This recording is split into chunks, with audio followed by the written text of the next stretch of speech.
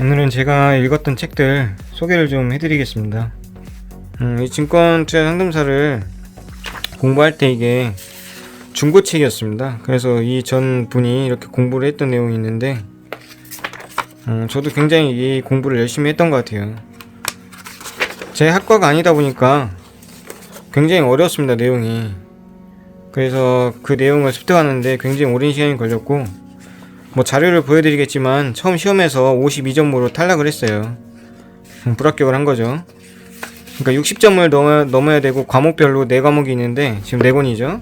이렇게 4과목이 있는데 이 각 과목별로 최소 40점을 넘어야 되고, 총 합계가 60점을 넘어야 됩니다. 이제 불합격을 하고, 그 다음에 이제 시험을 또 봤는데, 그 시험에서 이제 합격을 한 거죠. 아마 턱걸이로 60점인가 딱 그 점수에 합격을 했을 거예요. 정말 완전 가성비로는 최고의 점수로 합격을 한 거죠. 일단 이 책을 한번 소개를 해드리면은, 일단 기초 지식으로는 최고입니다. 이 책은 기초 지식상으로는 이게 차례를 보시면은 이제 기본적 분석이 있고, 이제 이게 가치 투자입니다. 가치 투자에 대한 이게 설명이 있죠. 경제 분석, 뭐 산업적인 투자 방법, 기업 분석하는 방법, 뭐 배당 평가, 이런 게 다 있죠. EV, EBITDA, PBR 여기 다 있습니다. 이렇게 여기 EV, EBITDA나 PBR 같은 것도 다 있고, 그리고 그 다음에 이제 기술적 분석이 있죠. 기술적 분석에서 이렇게 또 여러 가지 다 있습니다. 기술적 분석이 결국엔 차트죠. 이런 차트 내용이 또 다 있고요. 패턴 분석도 있고, 캔들도 있고, 다 있습니다. 기본적으로 알아야 될 것들. 이런 거에 대한 설명이에요, 거의. 이렇게 여러분들 이제 뭐 이런 거 보시면은 뭐 단기, 중기, 이평선, 정배열 이런 거 다 나오잖아요. 이 책 한 것만 보더라도 기본적 분석, 기술적 분석 이런 정도는 다 기본적으로 배울 수가 있습니다. 이런 거는 도서관 가면 다 있거든요. 대출 할 수 있거든요. 가지고 이 책을 보시면서 기본적 분석과 기술적 분석은 어느 정도 다 습득이 가능하다. 꼭 다른 책들을 볼 필요가 없습니다. 그래서 자격증을 2010년인가 그때 취득을 했을 거예요. 아마 자료를 보시면 아시겠지만 2010년 정도에 취득을 했고, 손실이 이제 수익으로 전환된 게 2011년 6월인가 7월부터일 거예요. 한 1년 정도가 더 걸린 거죠, 자격증을 취득하고 나서. 근데 우연인지 아닌지 모르겠지만 이 자격증을 취득하고 나서 이제 좀 수익으로 전환이 됐다, 이렇게 볼 수도 있겠죠. 아무래도 지식적인 면에서 다른 사람들보다 이제 대처능력도 더 뛰어나질 테고, 그런 게 있을 테니까요. 그리고 그 다음에 이제 코스닥과 이제 코스피 시장 있죠. 그런 거에 대한 기초적인 설명입니다. 공시 의무사항 해가지고 기업별로 이렇게 해야 되는 거, 이런 건 굉장히 중요하죠. 무상증자의 절차, 유상증자 절차 이런 거 다 나오고, 주식 배당, 시간 매매. 여러분들 이런 거 이해하시나요? 시간의 매매가 뭔지 모르시는 분 아직도 굉장히 많으실 거예요. 시간의 종가 매매, 시간의 단일가 매매, 이런 게 전부 다 엄청나게 힘드실 거예요. 여기도 단일가 매매 같은 게 다 나오죠. 이런 지식들이 이 증권투자 상담사 하나만 이렇게 공부해가지고 자격증 취득까지만 하셔도 어느 정도 지식은 다 습득이 가능하실 겁니다. 그리고 이제 3장이 이제 채권 시장과 금융상품이죠. 펀드나 이런 거에 대한 또 계산법도 이런 것도 다 배워야 됩니다. 굉장히 어려워요. 그러니까 이 책만 보더라도 굉장히 여러분들이 이해하기 어려운 내용들이 잔뜩 있죠. 저는 이 내용들을 거의 다 다 알지는 못하지만 거의 대부분 알고 있습니다. 특히는 시장 특성 같은 거나. 그렇기 때문에 여러분들도 어떻게 공부해야 될지 모르겠다 이런 분들이 계시면은 이 증권투자 상담사를 한번 공부를 해보세요. 자격증까지 이렇게 3편이 있고, 4편이 이제 증권거래법. 굉장히 이것도 중요합니다. 증권거래법.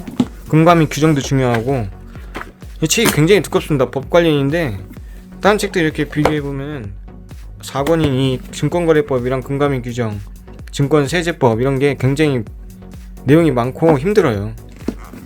일단 이후에 한 3년 뒤에 이제 펀드투자 상담사라는 자격증도 땄어요. 근데 펀드투자 상담사는 이쪽 내용보다는 굉장히 쉽습니다. 그래가지고 펀드투자는 한 번에 합격을 했고, 이제 그로 인해서 이제 2개의 자격증을 따게 된 거죠. 증권투자 한 다음에 이제 이런 책을 봤었죠. 시그널 데이트레이딩이라는 겁니다. 좀 발음 조심해야 되는데요. 박병창 님이라는 이제 엄청난 유명한 분이 쓰신 거예요. 지금 교보증권 아마 센터장인가 그러실 텐데, 그리고 이 박병욱이라는 분은 엄청난 소액으로 40만원으로 1억 3천만원 만들면서 1위를 했다는 분이죠. 박병욱. 이 두 분이 이제 단타에 대해서 쓴 내용입니다. 이 책 내용을 보시면은 제가 단타할 때 굉장히 이 책을 도움을 많이 받았어요. 스캘핑 내용 있죠. 지수를 이용하는 스캘핑 제가 많이 쓰는 방법이고, 이것도 변동성 많을 때 이렇게 보시면 스캘핑의 모든 종류가 다 있습니다. 이 책 안에 호가 잔량 방법도 있고 3% 눌림목, 그리고 가격계, 호가 단위 뭐 이런 거에 대해서 전부 다 나와 있습니다. 그래서 이 책은 제가 생각했을 때 정말 데이 트레이딩 하실 분은 보셔야 되는 책이라고 생각을 하는데, 이거 보시면은 이 창들이 전부 다 옛날 창이에요. 흑백에다가. 그리고 T차트도 그렇고. 그래서 이게 지금 기준하고 많이 다릅니다. 여러분들은 이제 이 책 말고도 다른 책들이 많이 있을 거예요. 요즘에는 데이 트레이딩 책이라고 해가지고 이렇게 장 시작 전 종목 선정 방법 해가지고 확인할 요소, 뭐 신고가 여부, 매물대, 거래량 증감, 최근 시장 호재, 테마 형성 여부, 이렇게 이제 종목 조건 보는 법도 다 나와 있고, 이렇게 스캘핑에서 가격의 의미라든지 이런 거 굉장히 책 내용이 전부 다 유익합니다. 이렇게 매매 포인트를 이렇게 정리를 해서 쓰기도 하고요. 소개 많이 해드렸죠. 승률 80% 신매매 기법. 여기서 이제 보시면은 자, 이렇게 해가지고 보시면은 이정의 우량주 신매매 기법 여러가지 나와있죠. 5장 고가 돌파, 엔벨로프 설정법이 여기 나와있죠. 이건 엔벨로프 초기 이제 그 책이기 때문에 그 기준이 몇 개 없어요. 조건도 몇 개 없고. 하지만 새로 나온 책들을 보시면은 이걸 이제 보완한 그런 엔벨로프 매매법을 또 소개하고 있습니다. 이건 아마 초반에 나온 책이라서 여러분들이 이걸 보시기보다는 개정된 판이 있을 거예요. 아마 이게 보완된 책이라고 보기엔 수도 있는데, 이거보다 또 그 다음 버전이 또 있을 거예요. 여기도 엔벨로프 설정법이 또 나오죠. 시가총액 6조와 뭐 2조 이런 차이로 5조 원 전후 이렇게 나눠가지고 이렇게 보완을 한 겁니다. 오래된 책을 찾더라도 이게 굉장히 오래된 책이어서 아마 다 품절되거나 절판이 됐을 거예요. 아마 중고로 아마 책을 구하셔야 할 텐데, 저는 어느 정도 중고를 사서 보셔도 충분히 가치가 있다 이렇게 생각이 듭니다. 6만원으로 10억 벌었다. 이 같은 경우는 상한가가 15%일 때 나온 책이에요. 그 당시에는 상한가 따라잡기라는 매매법이 굉장히 잘 통했습니다. 당일날 다음날 이익일 갭상승할 확률이 높다. 그렇기 때문에 상한가를 잡으면은 다음날 수익 벌 확률이 높다, 이런 내용이죠. 그 당시에 저도 상한가 따라잡기를 굉장히 많이 했었고, 분들은 잘 하시는데 굉장히 초보자분들은 하기가 어려우실 겁니다. 그리고 제 스승님의 책이죠. 드디어 주식 고수 권성태. 이 책은 2001년도가 나온 책이에요. 이 책도 역시 7% 상한가 7%일 때입니다. 이것도 거의 상한가에 대한 내용을 많이 다루고 있는데, 그 내용을 보시면은 거의 이제 상한가를 잡는 거는 이제 하루만 보유해도 돈 번다는 게 그 의미입니다. 상한가를 잡으면 7%의 상한가를 잡으면 다음날 점 상한가 갈 확률도 높고 갭상승할 확률이 높다. 그래서 거의 상한가가 잘 안 나옵니다. 나오더라도 30%는 하루 수익 때문에 매도하는 사람들이 너무 많아요. 그래서 상한가를 유지 못하는 경우, 그런 경우가 많기 때문에 이거는 여러분들이 공부하셔도 지금은 아마 써먹기가 힘든, 수익 내기가 힘든 그런 매매법이라고 생각이 듭니다. 권정태님 책을 추천해 달라고 하는데 제가 잘 못해드린 이유가 시간이 많이 지났어요. 거의 20년이 다 된 매매법이기 때문에 시장이 잘 통하지 않는다는 거.